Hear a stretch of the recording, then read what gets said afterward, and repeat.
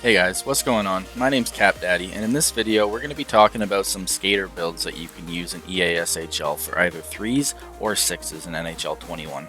Now, I in no way claim that these are necessarily the best builds in the game. These are just some builds that I feel are consistent, balanced, and that I've had some success with. So I hope you like them. And the heights and weights of the builds are not necessarily set in stone. If you want to be a bit faster, you go lighter, you go shorter. If you want to be a bit stronger on the puck, you go heavier, you go taller. So that's up to your preference. Tweak with things, see how it works for you. And I just wanted to make a quick note about specialties before we move on to the actual builds. So in this image here, I've tried to show you guys some of the specialty traits that I think are a little bit more controllable or consistent than the other ones. Deflection Master, Drive the Net, Quick Defensive Stick, Quick Release, and Back Skating, in my opinion, are always worth using. You can throw them on a build and not regret it at all. And Breakaway Magician, One Time Wonder, Backhand Master, Loose Puck Dekes, and Stretch Passer are all also very good specialty traits. I think they're just a little bit more niche. And the specialty traits that are not listed in this image are extremely niche. I mean, if you like doing Windmill Dekes a lot, take Windmill Master and that sort of thing, but that depends on the player. The ones I've shown you here are just the ones that I think are a little bit more consistent for general use. So without further ado, let's get on to the actual builds.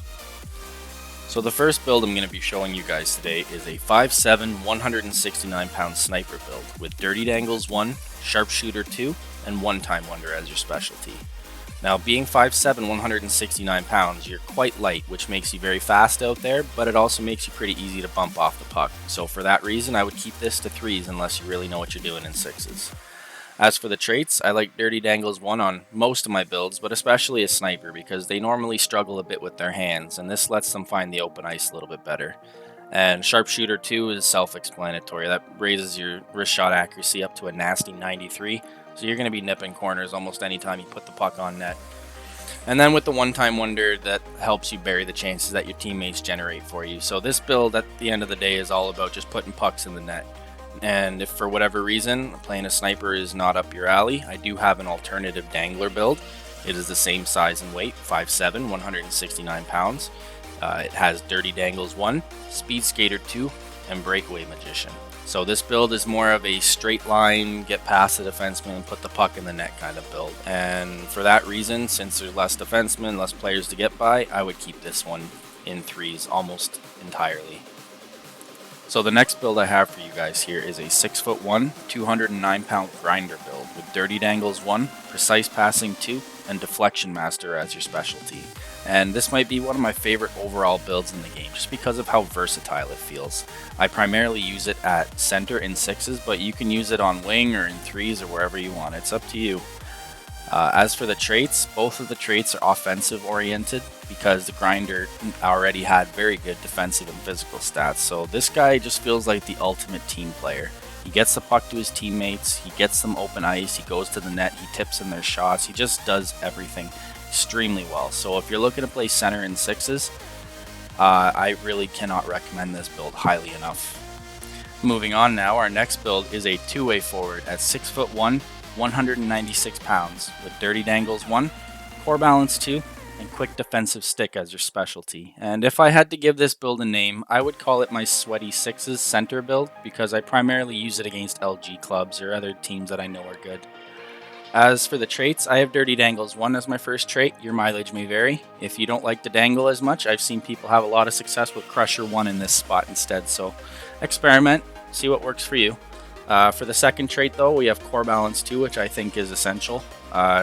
Control the middle of the ice, you really need to be able to hold on to the puck, not get bumped off it as easy, and this really helps you do that. And for the specialty right now, I have Quick Defensive Stick equipped, but I've used Drive the Net, I've used Deflection Master, Quick Release, so experiment, again, see what works for you. This is a very malleable build. I think the two-way forward is a very flexible player type, so you can adjust it to suit your needs, but I found that this one works extremely well for me. So the last forward build I've got for you guys is probably also the most experimental build I've got in this video, but bear with me. It is a 6'1", 180-pound Playmaker build with the newest perk, Back Checker 2, Core Balance 2, and Drive the Net as your specialty.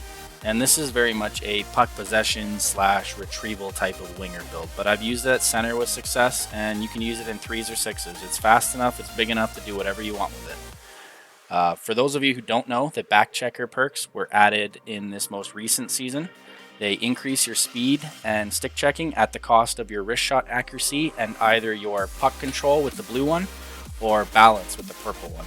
I prefer having higher puck control, so I went with the purple one here. But the important thing is to get the extra couple of points of speed, which allows this mid-sized winger to keep up with players that would normally be a lot faster than him. For the second perk, I have Core Balance 2 to try to offset the lower balance from the back checker perk. Brings it up to kind of a mid-70s range, which isn't amazing, but it's good enough to hold on to the puck.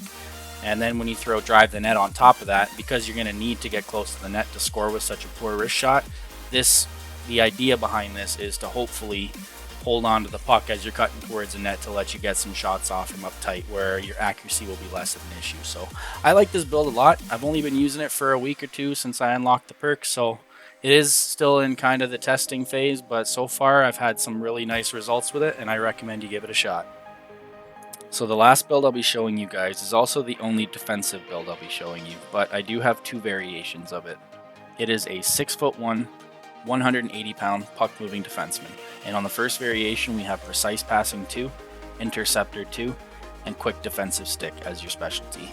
And this build can just do it all. Due to the Precise Passing trait, it fires an absolute laser of a first pass, and due to its size and the Interceptor trait, it not only picks up pucks really well, but it can skate like the wind. And Quick Defensive Stick trait just lets you obviously be much more of a shutdown force in your own zone. So aside from throwing the body, this build can do just about everything. I can't recommend puck moving D enough in this game, especially since it feels like cross creasers are sometimes getting through no matter how high your defensive stats are. So you really want to maximize the things that you can control. As for the second variation, the only change is swapping Precise Passing 2 for Defensive Minded 1.